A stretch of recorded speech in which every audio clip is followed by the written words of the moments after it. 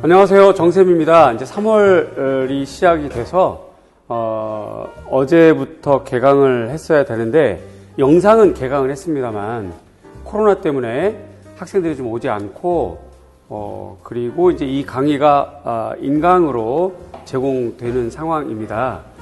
자, 이러다 보니까 제가 조금 염려가 되는 것은 2월 말부터 지금 2주, 지난주 금요일, 토요일, 지난주는 이제 모의고사를 봤고요. 그 다음에 어제 금요일 날은 또 이제 필독서 특강을 했고, 오늘 이제 기출분석 강의를 하게 되는데, 요 과정에서, 여러분들이 직접 저를 대면하지 못하거나, 혹은 원래 인강이었더라도, 지금 코로나라든가 여러 가지 주변 환경이 막 복잡하고 불안한 환경이다 보니까, 우리 학생들이 공부를 좀 등한시하거나 아니면 집중이 안 되거나, 공부의 끈을 좀 놓거나 하는 그런 일이 생길까봐 제가 굉장히 염려되고 걱정되어서 이 시간에 이렇게 잠깐 섰습니다. 여러 담당 직원분하고 또 전문가하고 또 우리 이제 선생님들하고 의논을 하고서요. 앞으로 코로나가 진정이 돼서 여러분들이 직강 혹은 인강으로 정상적인 수업을 들을 때까지는 제가 아주 주기적으로 또 아주 짧게 원 포인트 레슨처럼 여러분들 계속 만나면서 공부의 끈을 놓지 않도록 하려고 합니다. 공부의 끈을 놓으시면 안 되고요. 또 계속 공부와 생활 실천은 이어져야 될 것 같아요. 아무리 코로나가 이렇더라도 제가 봤을 때는 아마 임용고시는 11월 4주차 토요일 날 진행이 될 거예요. 그러면 결국 환경이 이렇거나 사회적으로 이렇게 불안한 요소가 있더라도 공부를 안 한 여러분 당사자들에게 아마 책임을 물을 것이겠죠. 이런 일이 생길 것 같으니까 우리는 그래도 힘내서 공부하고 또 임용시험 준비를 철저히 합시다. 자, 이 시간에는 원 포인트 레슨, 지금 여기가 우리 카페입니다. 카페인데요. 이론 묻고 답하기. 아마도 여러분들이 저를 직접 만나지 못하거나 인강으로 이렇게 좀 느슨하게 진행되다 보니까 초수이거나 아니면 N수일 경우 공부할 때 궁금증이나 질문거리가 있는데 그것이 아마 해소가 좀 잘 안 되는 일이 있을 것 같아서 그 부분을 제가 좀 잠깐 설명을 좀 하고 또 다음 포인트는 또 다른 특강으로 이렇게 만나도록 할 겁니다. 자, 지금은 요게 이론 묻고 답하기예요. 화면 조금 이렇게 내려보시면 우리 카페의 이론 묻고 답하기인데 그냥 3월로 내려갈까요? 3월 1일부터 여기 3월 1일부터 질문 3월 1일부터 올라온 질문을 간략하게 제가 포인트 잡아드리고 그렇게 하는 것이 아마도 좀 공부에 도움이 될 것 같습니다.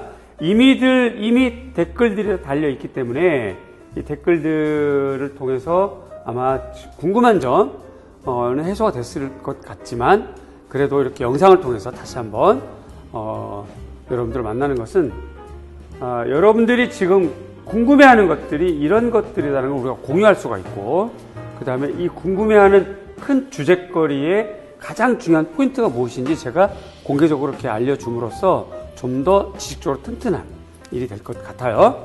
자, 3월 1일 날짜 첫 번째 질문, 용어 암기 질문인데요. 클릭을 해볼까요? 용어 암기, 네. 용어 암기 애매함이 있습니다. 그러니까 지금 이분의 질문은, 우리 미술 임용고시의 이론이 원래 우리나라 자생적인 학문이 아니고 외래어가 많은데 이럴 경우 시험에서 쓸 때 어떻게 쓰면 정답이 되고 어떻게 쓰면 오답 처리가 되는지가 궁금했던 것 같아요. 그래서 예를 들어서 문제로 예를 들자면 다음 중 시각문화 미술교육의 목적에 대해서 서술하시오라는 문제에 답할 때 시각적 문해력이 육성된다 혹은 비주얼 리터러시가 육성된다 둘 다 정답으로서 무리가 없는 건가요? 정답 됩니다. 번역해서 들어온 것들은 그냥 영문으로 쓰셔도 정답이 되고요. 번역된 한글로 써서 정답이 되는데 이럴 경우 시각적 문해력이라고 하는 6글자를 정확하게 쓰면 정답이 되고요. 비주얼 리터러시라고 쓰면 7글자로 쓰면 정답이 됩니다. 단 영문으로 쓸 때 영문 철자가 틀리면 오답 처리가 됩니다. 영문 안 쓰시면 좋겠고요. 한자어일 경우, 특히 화론, 중국 미술사일 경우 한자를 쓰실 때 한자가 철자가 틀리면 오답 처리가 됩니다. 그런데 한글로 읽어서 한글로 쓰는 거는 다 정답 처리될 수 있습니다. 그래서 비주얼 리터러시인데 비주얼이냐 비주얼이냐 이거 다 정답 처리됩니다. 이런 거 염려하지 마시고요. 자, 이해됐죠? 넘어가겠습니다. 다음 질문. 귀여웠어요, 질문이. 자, 용어 그 다음에 형지가람. 형지가람에 대한 질문이에요. 지금 조선 초기 가람 양식의 형지가람이라고 써 있는데 우리 책에 학원 322페이지 형지가람이 평지가람과 같은 건가요? 다른 건가요? 라는 질문인데 굉장히 중요한 질문을 하셨어요. 이 질문은 답을 제가 달았습니다. 저만 달아놨는데요, 답을. 이 답은 여러분들이 7월, 8월, 9월, 10월 문제 풀이나 모의고사 때 쓸 수 있는 답이고요. 요거 그대로 문제 출제가 될 수 있는 중요한 문제이면서 난이도가 굉장히 깊은 문제입니다. 일단 형지는 미음자형의 사동 중정형의 배치를 뜻합니다. 요건 꼭 외워두시면 좋겠고요. 화면 크기를 조금 키울 수 있나요? 글자가 좀 작은데 조금만 더 키워봅시다. 네, 조금 커졌습니다. 좋아요. 미음자형은 사동 중정형 배치. 이건 꼭 메모를 좀 해주시고요. 그래서 조선 전기 사찰의 위치는 산지나 혹은 도심 한복판, 그러니까 평지가 되겠죠. 그 다음에 탑을 생략하고 주법당 안에 중정을 확보합니다. 그다음에 중정을 중심으로 남쪽에는 문루, 동서로 향각과 승방을 만들죠.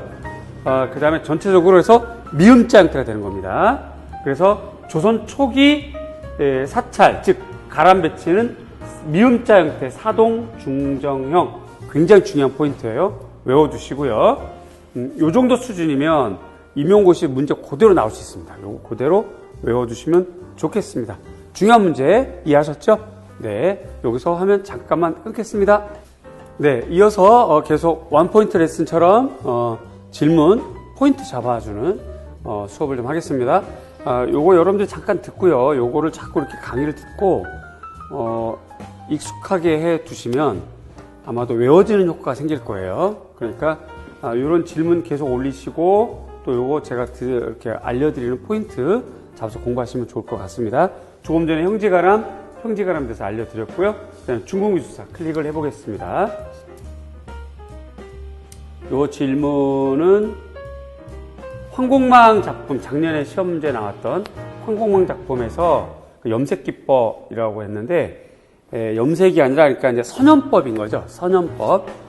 그거를 붉은색으로 약간, 그러니까 붉은색이 아니라 주황기가 있는 선염을 처리해서 이렇게 그림을 그리는 청강법이라고 합니다. 청강법 용어예요. 외워두십시오. 다음 목록 보겠습니다.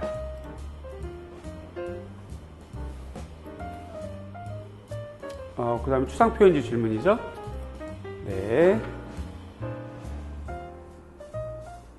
추상표현지 공부하다 헷갈리는 부분이 있어요. 이전에 전통추상과는 다르게 추상표현주의 구상이든 추상이든 지시성과 방향성을 거부한다.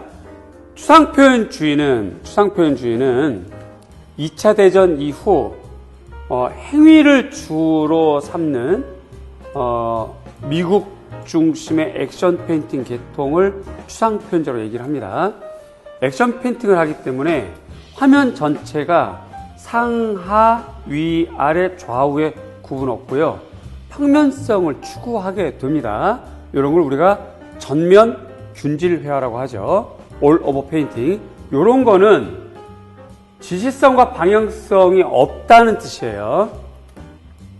자, 여기까지 이해됐는데 관련되는 내용 중에서 액션 페인팅이 형상을 가진 것과 형상성이 제거된 거. 그러니까 추상표현주의도 미국 추상표현주의 같은 경우 잭슨 폴록 같이 완벽하게 올 오버 페인팅을 추구하는 경향, 형상성이 없는 경향과 드쿠닝의 여인 작품처럼 검색할 수 있을까요? 드쿠닝?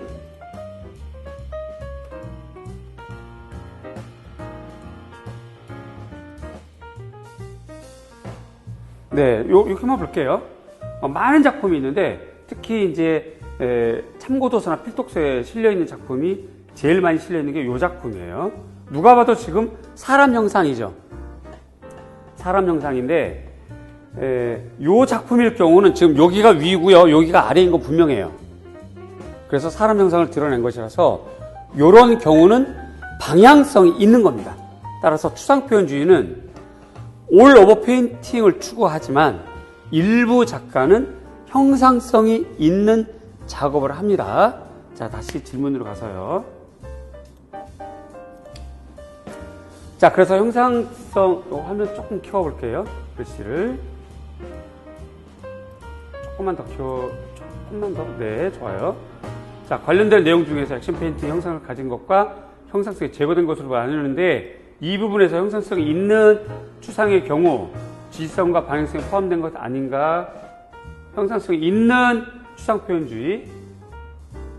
좀 글씨가 너무 커서 왔다 갔다 하면 어지러운가요? 좀 줄여서. 네. 좋아요. 네. 이렇게 되면 한 번에 보는 건가요? 네. 형상성이 있는 추상표현주의는 당연히 방향성이 포함되어 있죠. 이런 것들은 작품하고요, 작가를 개별적으로 이해하시는 것이 공부에 도움이 되고, 요즘 시험 포인트가 그렇습니다. 경향이. 요즘 시험 포인트는 개별 작가와 개별 작가가 예를 들어서 10년, 20년 작업을 했을 때 초기 작품의 경향과 후기 작품 경향이 다른 경우도 시험에 나옵니다. 나와요. 그러니까 일단 1, 2월 달에 기본 강의 때 혹은 N수 혹은 재수를 했어도 기본 이론을 좀 더 충실하게 공부하고 싶다. 이럴 때는 큰 틀에서 공부를 하시고, 이것이 마무리가 되면 좀 더 디테일하게 세분화해서 공부하실 때는 개별 작가, 그 다음 그 작가의 개별 작품, 중요한 작품을 좀 나눠서 공부하는, 그렇게 보는 관점이 중요합니다. 이거 잊지 마십시오. 그러면 해결됐죠. 따라서 다시 한번 정리합니다. 전반적으로는 추상표현주의는 지시성과 방향성 거부하는 것이 일반적인 경향. 그러나 드쿠닝과 같이 개별 작가, 개별 작품일 경우 방향성 있습니다. 요거 잊지 마시고요. 다음.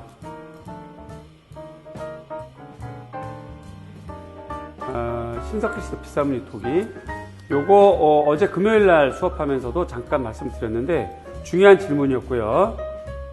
그래서 토기인데 신석기 토기는 연질 토기이고 청동기, 철기, 탄알문 토기는 경질인데 똑같이 토기라는 말을 붙이는 거냐라고 하는 아주 예리한 질문이었어요. 좋습니다. 요거 설명 제가 밑에 쭉 해드렸는데요. 조금만 더. 도자기는 도자라고 합니다. 도자.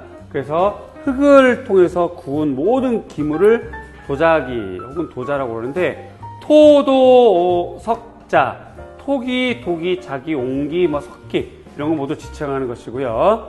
토기는 600도에서 800도 노천에서 구운 거니까 산화염의 형태라서 젓갈색을 띱니다. 자, 우리나라 신석기는 그 시대가 굉장히 길기 때문에 편의상 1000년 단위로 조기, 아주 빠르다. 그래서 조기, 전기, 중기, 후기로 나눠지고요. 예를 들어서 저기 서울 광화문 교보문고를 가기 직전에 그 동네가 종로 옛날에 그 피맛골이라고 그래서 말 타고 가는 사람들을 피한 그 뒷골목인데 음식점이 굉장히 맛있었고 좋았어요. 근데 거기를 이제 다 재개발하면서 건물을 좀 높이 쌓았죠. 그러면서 재개발하면서 건물을 무너뜨리고 땅을 파는 과정에서 옛날 조선시대에 거기 그 상가, 조선시대에 시장 그 바닥 지층이 드러나가지고 그 부분을 그대로 지층을 형성하고 유리로 막아놨습니다. 유리로 보게 돼 있거든요. 그래서 이렇게 세로로 1지층, 2지층 막 이렇게 구분까지 해놨어요. 그 지층 간의 사이가 굉장히 두껍거든요. 똑같은 지역인데도 어떤 지역은 오래된 거는 밑에 있고 그 다음에 100년은 위에 있고 이렇게 돼 있거든요. 그러면 지층 사이사이에 이렇게 뭐 도자기에 깨진 것들도 있고 막 그러겠죠. 나무 탄 것들도 있고요. 그걸 좀 보여주는 그런 그 종로에 그런 것들 몇 개 있는데 이렇게 지층으로 천년 단위로 나누게 되는데요. 조기, 전기, 중기, 후기로 나누게 되고 조기는 빗사람리 토기 이전 무문 토기 단계이고요. 전기가 빗사람리 토기이고요. 탄알무는 나무로 두들기는 탄알무 토기를 얘기하죠. 요걸 철기 시대입니다. 따라서 시대가 많이 달라요. 그리고 물레를 사용했고 밀폐유를 사용해서 그릇 자체가 다릅니다. 색깔도 다르고요. 단단함도 달라요. 자, 그런데 문제는 조금 내려와서요. 현재 우리나라 학계는 토기와 도기 용어가 엄격히 구분되지 않은 채 관습적으로 혼용되고 있습니다. 이 점을 참고하시는데 임용시험은 신석기 시대 따로, 초기 철기 시대 따로 물어볼 거예요. 임용시험 그 정도 디테일하게 물어보니까 구분해서 공부하시고 엄격하게 시대, 그 다음에 온도, 그래서 가마의 산화염, 불꽃 대형태 산화염, 환원염, 그 다음에 그릇의 색깔 구분해서 공부하시면 좋겠습니다. 좋아요. 여기까지. 다음.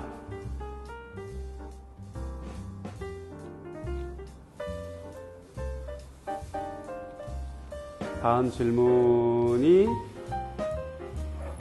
미술사 파트 질문 요거네요. 그리스 미술이 인간 중심 미술이 핵심이라고 했는데 대부분 신화 인물이 아닌가요? 인간 중심이란 연기가 안 돼요. 그렇죠. 뭐 미술사가 사실 재밌기도 하지만 어렵기도 해요. 그리스는 대체로 신을 주로 묘사했는데 묘사하는 대상은 신이지만 신을 본 사람은 없잖아요. 그래서 그 신의 모습을 가장 아름다운 인간의 모습을 기준으로 세웠어요. 결국은 인간을 표현한 겁니다. 인간. 그래서 그리스는 인간 중심이다 라는 것 알아두시면 좋겠고요. 요걸 미술사 설명하면서 필독서 강의하면서도 설명이 되었으니까 아마도 수업 통해서 아마 더 이해가 됐을 것 같아요. 다음 내용 보겠습니다. 아상블라조 축적 어큐뮬레이션이네요. 제가 이해한 바에 따르면 아상블라주는 평면이라는 베이스가 있고 아상블라주는 평면이라는 베이스 없습니다. 3차원이 붙는 것. 그냥 아상블라주는 그냥 갖다 이렇게 모아서 붙인 것을 말해요. 갖다 모아 붙이는데 중요한 거는 사전적으로는 어큐뮬레이션. 그래서 집적은 뭔가 의도하고 직접 붙이는 거고요. 아상블라주는 의도하지 않게 붙였는데 우연적인 효과를 얻어내는 것. 이렇게 됩니다. 긁어 모으는 건 의도가 됐는데 모아서 붙였더니 나타난 형태는 의도하지 않은 것이란 말이에요. 다시 말씀드립니다. 일단 모아요. 이렇게요. 모으는 건 의도해서 모으는 거예요. 뭘 모으냐면 당시대 1960년대 자본주의 사회, 소비 중심의 사회, 대량 생산, 대량 소비, 그 다음에 폐기물이 많아진 사회, 그 사회 현상을 좀 비판적 논조로 보여주고 싶다라고 하는 의도로 주변에 있는 폐기물을 모으는 건 의도예요. 그런데 폐기물을 모아봤더니 이런 형태네 라고 하는 건 의도치 않은 거죠. 여기까지는 아상블라주. 그런데 집적은 이 결과물의 모양까지 의도하고 철저하게 계획을 세워서 붙이는 것을 집적이라고 합니다. 근데 뭐 축적, 집적 이런 말 안 쓰고 그냥 아상블라주로 하시면 돼요. 누보네알리즘은 전반적으로 의도가 있던 의도가 없던 아상블라주라고 하는 기법을 사용했다라고 하시면 되겠습니다. 여기까지 된 것 같아요. 다음.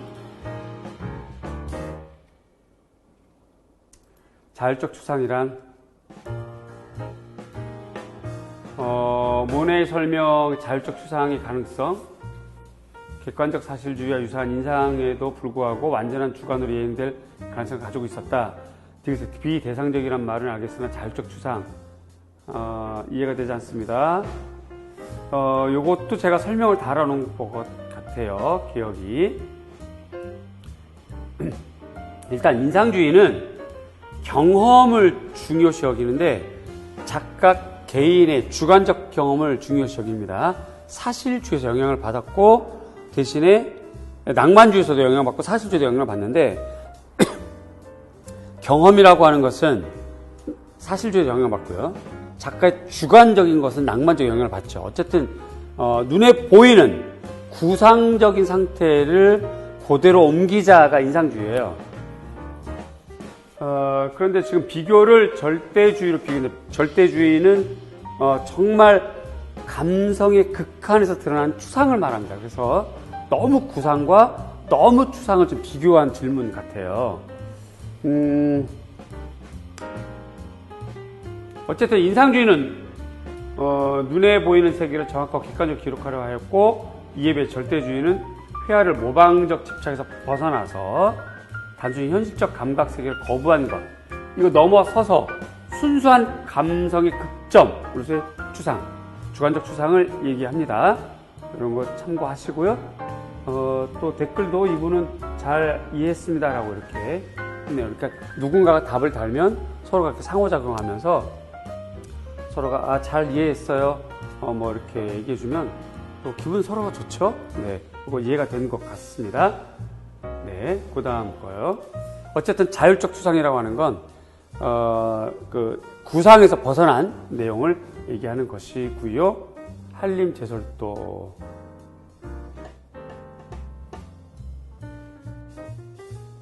단선 점준 치형 돌기 그 다음에 치명세수. 요거 아주 그냥 헷갈리는 내용이죠. 중요한 질문 잘 했고요. 제가 답을 달았습니다. 밑에. 치명세수는요, 용도가 나무예요. 나무를 바늘 모양으로 표현하는 거. 치형 돌기는 산의 윤곽을 이빨 모양으로 이렇게 오돌토돌하게 하는 형태로 표현하는 거. 용도가 다르죠. 그런데 출현된 나타난 배경에는 북송대 이곽화풍이 있습니다. 그 다음에 단선 점준도 붓끝을 이렇게 이어서 착착착착 해 나가는 거예요. 우리나라 조선화대안에서만 보이는 기법인데 짧은 선을 띈 준법입니다. 뾰족한 붓끝을 화면에 살짝 이끌어서 낸 것이죠. 중요한 것은 단선 점준도 출현한 것은 이곽화에서 영향을 받은 겁니다. 자, 그래서 세 가지 모양은 다 비슷합니다. 출현 배경도 이곽화에서 영향을 받은 것이고요. 그런데 용도가 다르죠. 용도가 하나는 나무, 하나는 산의 윤곽선, 그 다음에 단선 점준 같은 경우는 산이나 언덕, 능선, 바위 표면 전반적으로 썼던 15, 16세기 조선화단이 사용했던 준법 구분해서 공부를 하시고요. 네, 이분도 이해를 한 것 같아요. 좋습니다. 네. 그 다음에 판화 질문인데요.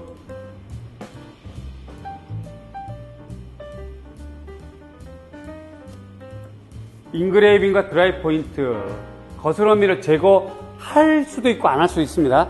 인그레이빙은 거스러미를 제거합니다. 철저하게 표면을 금속 연마제로 닦아서 가는 선, 실과 같은 선으로만 묘사하기 때문에 정교합니다.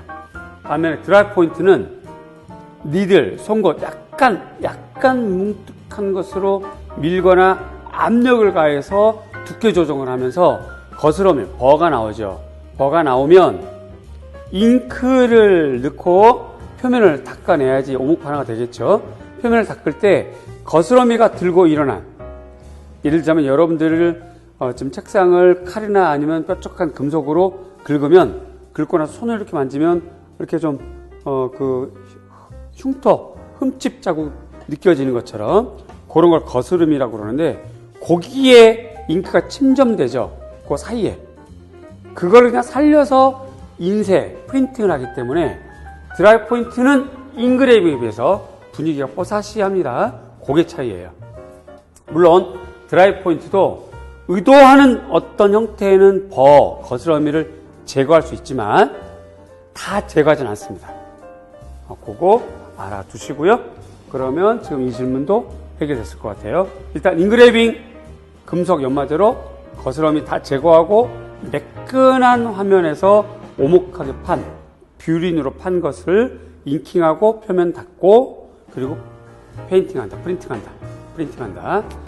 드라이 포인트 송곳이나 또는 약간 딱딱한 금속재로 압력이나 혹은 가늘게 해서 거스러미까지 일으켜 놓고 필요한 부분은 제거하거나 필요한 부분은 살려놓고 그 다음에 잉킹해서 닦으면 버가 먹고 있는 그 홈 사이에도 잉크가 먹기 때문에 전체 프린팅을 하게 되면 뽀사시한 분위기 난다.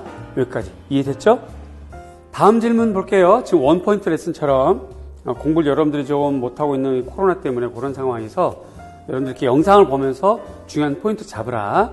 공부에 끌어놓지 말자 하는 측면에서 3월 달에 카페에 올라온 질문에 대한 중요 포인트 설명해 드리는 겁니다. 물론 댓글이 달려서 이미 다 이해됐을 것 같지만 우리 모두 다가 이러한 것들이 궁금해한다. 이 정도 수준을 우리가 이해를 좀 못하고 있다라는 걸 공유할 수 있고요.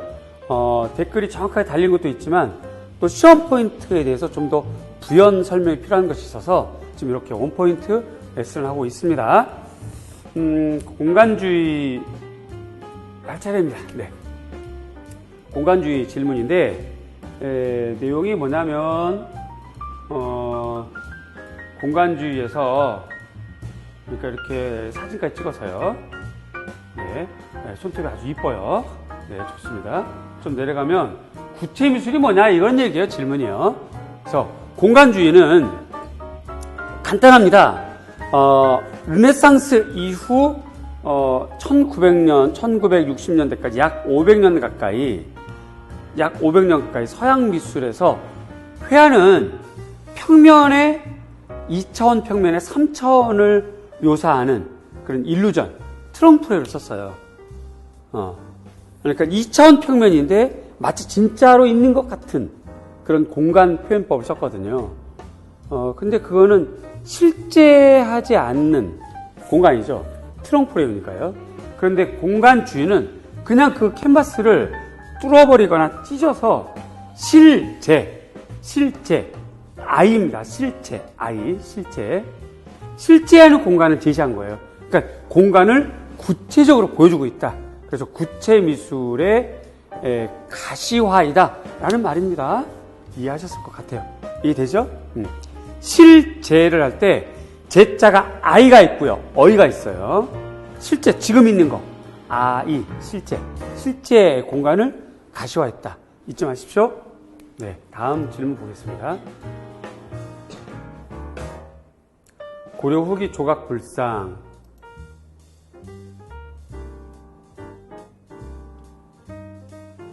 고려 후기 불상의 특징, 고려 조각 기술의 퇴화, 경화. 사실은 퇴화한 게 아니라 재료가 다르기 때문에, 즉 철제를 많이 썼거나 석재를 많이 쓰게 되면 기술이 조금 달라지겠죠.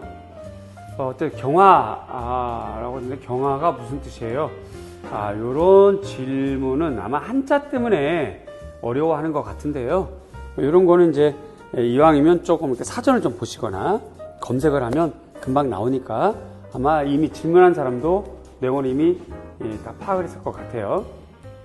가끔씩 이렇게 영어이거나 한자가 여러분들 좀 괴롭히긴 하죠. 그래도 우리가 미술은 인문학입니다. 인문학은 우리가 머리 훈련도 좀 해야 되고요. 공부를 또 스스로 하는 그런 스스로 공부법도 좀 찾아내거나 훈련하는 방법, 그러한 과정도 좀 필요하니까요. 이런 거는 여러분이 좀 찾아보는 건 어떨까 하는 그런 공고를 좀 합니다. 경화는 딱딱함을 말해요. 딱딱한 거. 굳어있는 거. 석고가 마르거나 시간이 지나면 딱 굳어버리는 거. 경직됐다. 뭐 이러한 뜻에서 경화를 말합니다. 이해되셨죠? 그래서 신라 석굴암 본전부를 기점으로 거기가 이제 그 8세기 중엽 이후로 고려로 넘어가게 되면 신라불상을 계승하긴 하는데 자세가 좀 이렇게 경직되어 있거나, 그렇죠?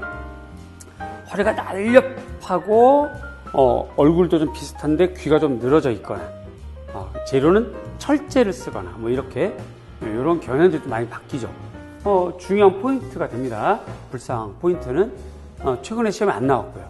그래서 신라불상의 시대별 중요 포인트 잡으시고요. 고려불상의 시대별 중요 포인트 잡으시면 좋겠습니다. 다음 문제요.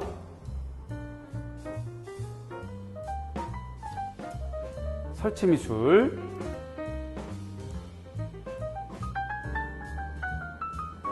설치미술에서 반영구적, 이례적 미술이라고 되어 있는데 이례적 과정적으로만 이해가 되는데 반영구적이라는 말이 잘 이해가 안 되어요. 사전적 의미를 찾아봤는데 영구에 가까운 것, 뭐 이런 질문입니다. 반영구적.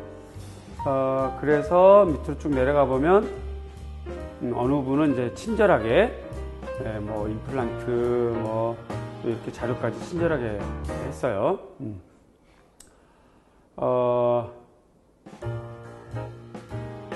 잠깐 화면 1로 좀 보겠습니다. 설치 미술은요, 이렇게 말하는 요것은 크게 A 경향이 있고 B 경향이 있는데요. 요 A 경향은 첫 번째가 제작할 때부터 이미 공간 혹은 특정한 그 사이트 스페시픽이라고 하는 특정 장소,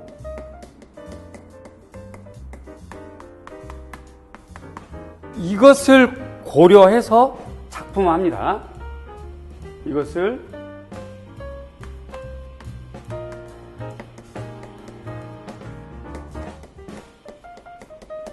제작한 것을 설치라고 그래요. 어떤 공간, 전시 공간 아니면 어떤 특정한 장소를 고려하여서 제작된 것을 설치 작품이라고 합니다. 두 번째로요, 같은 애들인데 이러다 보니까 얘는 당연히 특정 장소, 이걸 우리는 뭐라고 그래요? 환경이라고 그러죠. 환경과 관련되어 있습니다. 이거는요, 환경 관련성이 있고요. 자, 그러다 보니까 세 번째, 이 아이는 특정 장소를 고려해서 만들어진 작품이고 당연히 그 환경과 관련되어 있기 때문에 그 환경에 사는 소비자들 있잖아요. 거주자들, 주민들, 그죠? 지역사회 주민들. 그래서 그 관객이거나 지역사회 주민, 우리가 감상자라고 할까요? 아니면 지역사회라고 할까요? 지역사회 관객, 참여를 기본적으로 합니다. 이런 애들을 설치라고 해요. 이런 애들. 이해 가시죠? 따라서 이럴 경우는 거의 대다수가 그냥 영구적으로, 그런데 그 영구가 인류가 무너질 때까지, 없을 때까지가 아니라 그래도 좀 이렇게 몇십 년 이상, 거의 이럴 경우는 좀 이렇게 오래 기간 계속 전시하게 되는 애들, 이런 애들을 우리가 설치 작품이라고 합니다. 이렇게요. 아마 이 설명에 대해서 답을 달아주신 분이 아마 제가 보기에는 임플란트 얘기도 하면서 뭐 이렇게 재치있게, 임플란트 아주 재치 있었어요. 하여튼 이렇게 답을 달아준 것 같고요. 자, 그런데 요건 A고요. 그 다음 B가 있습니다. B. 우리가 말하는 설치 미술은요, 일단 첫 번째는 매매가 불가능한 것. X가 무슨 뜻? 그렇지, 불가능한 것. 따라서 매매가 불가능하고요. 이것 때문에 단기간에 전시한 다음에 철거합니다. 그렇게 한 것을 설치미수라고 그래요. 이해 가시죠? 매매가 불가능한 것이고 단기간만 전시한 다음에 철거한 것 이렇게 됩니다. 따라서 얘는 기록, 다큐멘테이션, 기록으로 밖에 남을 수 없어요. 기록. 이해 가시죠? 기록만 남아요. 자, 그런데 여기서 잠깐 여러분 앙드레 말로의 벽 없는 미술관 아시죠? 벽 없는 미술관이란 예를 들어 우리가 이집트 피라미드 앞에서 사진을 찍었는데 이집트 피라미드의 귀퉁이만 찍혀있는 사진을 가지고 쫙 전시를 하면서 아 이게 피라미드가 이렇게 생겼구나 라고 생각하게 되면 실제 피라미드의 본질은 우리가 이해할 수 없는 거죠. 실제 피라미드는 이집트에 있으니까. 그렇죠? 그래서 사진이거나 영상이거나 드로잉이거나 다큐멘테이션은 그 대상, 본연의 속성을 나타낼 수 있나요? 없나요? 없어요. 그래서 기록이라고 하는 애는 본연의 속성을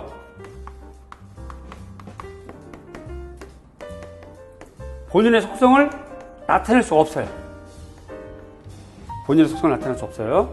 본연의 속성을 나타낼 수 없습니다. 따라서 설치는 일회성의 속성을 우리가 일반적인 설치 미술이라고 합니다.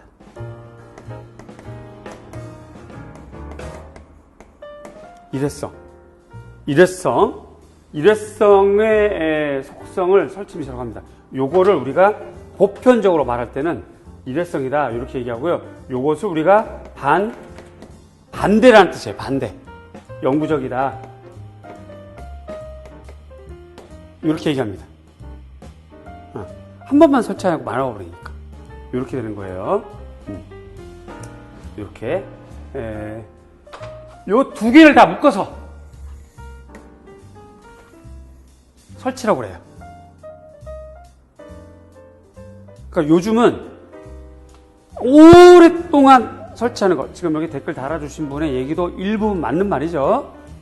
오랫동안 설치하는 것도 설치 미술이라고 하고, 원래 미술에서 설치 미술이란 이례적인 작품을 설치 미술이라고 해요. 그 이례적이라고 할 때 영구적인 것과 반대다. 반영구적이라고 하는 겁니다. 뭐 잊지 마시고요. 앙드레 말로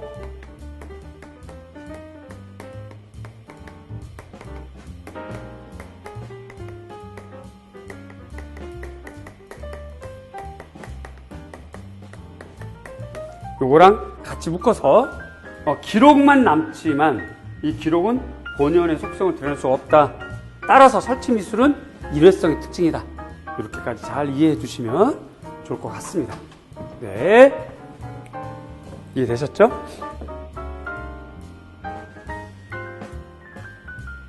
어디까지 했나요? 설치 미술까지 했습니다. 그죠? 네, 요 기려도 의습 표현법. 한면더 기려도 의습 표현에서 굵다가 가늘어지는 거 여러 가지가 있죠. 골두묘, 정두섬유묘. 그렇죠? 정두섬유묘 맞나요? 맞아요. 여기 답은 뭐라고 했을까요? 네, 맞습니다. 네, 이런 게 일반적으로 사용하는 용어가 아니라서 어렵긴 해요. 처음 배우면. 그다음에 네오다다 추상표현지 질문입니다. 네오다다 모의고사를 냈더니 난리가 났어요. 아주 계속 질문하고요. 그런데 저는 네오다다랑 누보네라를 좀 굉장히 중요하다고 보여져요. 올해 저는 의미 있게 봐야 된다고 좀 보거든요. 2020년도. 작년에 구상미술에서 사실주의, 극사실주의가 나왔기 때문에 꼭 봐줘야 된다고 봅니다. 자, 추상표현주의랑 엠포리멜의 실존의식, 실존적 상황의식에 기초한 무작위의 행위를 강조한, 여기에서 실존의식에 기초한 행위를 한 주체는 작가가 맞나요? 여기서 실존의식이란 부분을 네오다다 누보네즘이 비판했다는 것으로 볼 수 있나요? 라고, 요건 제가 댓글을 못 봤는데 어떻게 달려있나요? 댓글이요. 누보넬리즘과 네오다다는 추상표현주의 엘리트에 대한 비판입니다. 요건 맞는 말이에요. 추상표현주의는 엘리트적이죠. 굉장히 현실 도피적이고 엘리트적인데 그거를 반대하는 것이 누보넬리즘과 네오다다예요. 맞습니다. 그 다음에 실존주의. 자, 잉포르멜은 전쟁의 참상으로 인한 피폐하던 인간의 내면적 정서를 표현한 사자로 이해하고 있고요. 이에 실존적 상황의식이란 우리가 사는 이 공간, 즉 존재하는 우리가 사는 이 세계의 상황을 인식하는 것 이해했습니다. 그럴 수도 있고 아닐 수도 있습니다. 공간을 인식하는 것이 실존일 수도 있지만 스스로가 숨쉬고 있는 것에 대한 것은 또 실존을 할 수가 있습니다. 또 추상표현주의 잭슨 폴록, 로스코, 바넷 뉴먼 계열과 앵포르멜, 아르 오트르, 아르 브리 계열의 작가 행위나 내면적 정서를 중시한 미술이 대중과 소통이 잘 안 돼서 엘리트주의라고 신사주의 및 비판하였습니다. 요거 맞고요. 여기서 엘리트주의는 작게 표현적인 부분을 강조해서 감상하는 모더니즘인데 네오다다나 신사주의 같은 관객 일상생활에서 볼 수 있는 사물들로 하여금 공감될 형성이 있다고 생각이 되네요. 아르테 포베라 같은 경우가 이에 적절한 사례로 성의학적인 요소들을 작품에 끌어들여 관객이 공간을 의식하게 만들어 작품과 하나 되는 경험을 하게 됩니다. 종류의 모더니즘에서는 볼 수 없었던 파격적인 시도였죠. 아주 내용을 많이 공부하신 분 같아요. 내용을 제가 요약하자면 일단 추상표현주의는 현실 도피성 갖고 있습니다. 첫 번째 현실 도피성. 두 번째 지나친 엘리트주의. 요거를 반대하는 것이 네오다다이고 누보네알리즘이죠.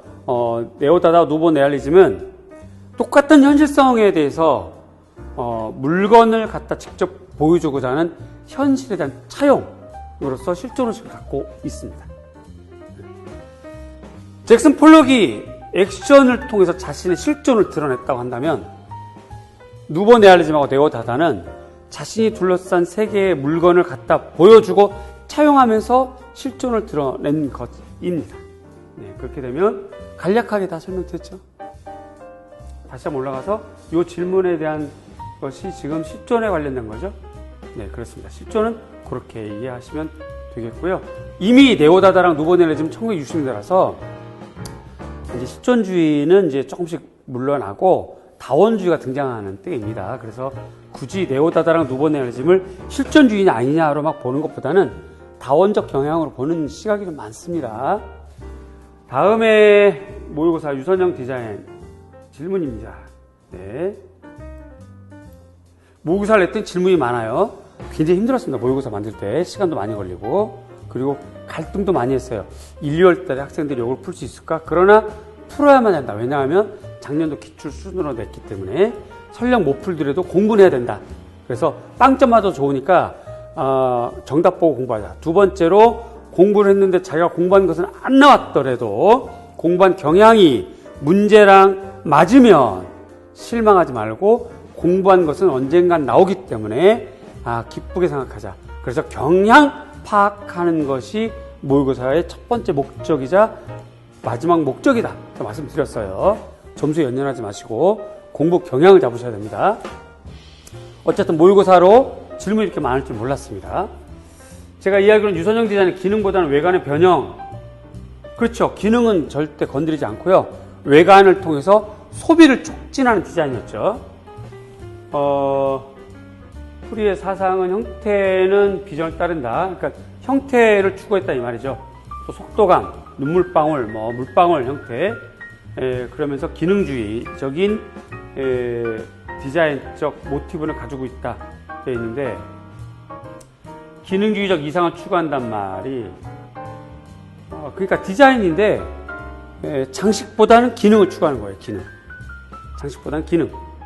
그런데 외관을 바꾼 거는 소비를 촉진하려고 기능은 내비두고 외관이 너무 그동안의 독일 공장혁명과 바우하우스가 기하학적인 형태와 직선적인 형태다 보니까 너무 지루하죠.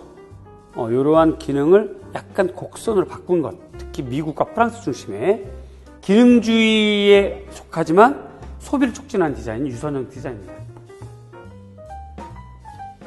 그래서 지금 질문이 뭔가요? 기능주의적 이상 추가하는 부분이 명확히 이해가 되지 않습니다. 이해됐을 거예요. 제가 설명드렸죠? 그래서 댓글이 아마 달려있을 텐데,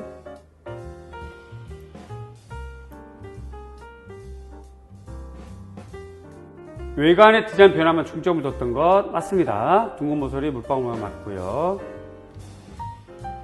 나머지는 두 분이 오고 가는 대답인 것 같아서 제가 참여하진 않겠습니다. 어쨌든 중요한 것, 유선형 디자인은 기능주의 디자인에 속한다. 두 번째, 그동안의 기능주의는 기하학적인 형태, 직선적인 형태에만 추구했던 것을 세계 대공황 때문에 소비를 촉진하려고 외형을 바꿨던 리디자인에 속한다.